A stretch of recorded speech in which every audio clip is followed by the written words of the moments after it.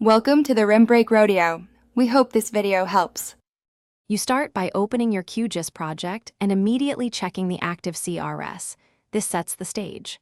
First, open Project Properties CRS and note the current CRS code so you know what to change from.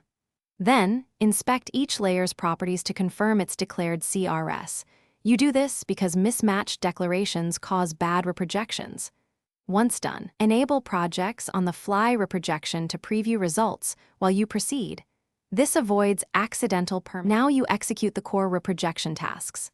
For vector data, run Vector Data Management Tools reproject layer, select the source layer, and pick the target CRS by EPS code so it's exact. You do this for each dataset that must change.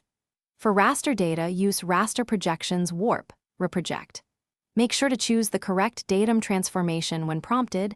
This preserves spatial accuracy. Also save outputs with clear file names to avoid overriding originals.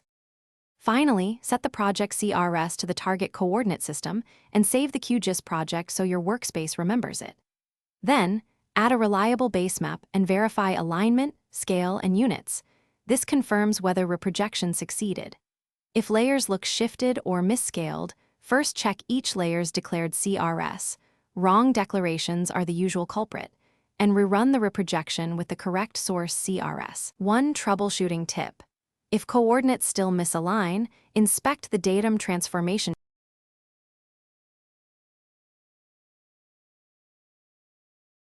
Thanks for watching. Consider subscribing if we helped you.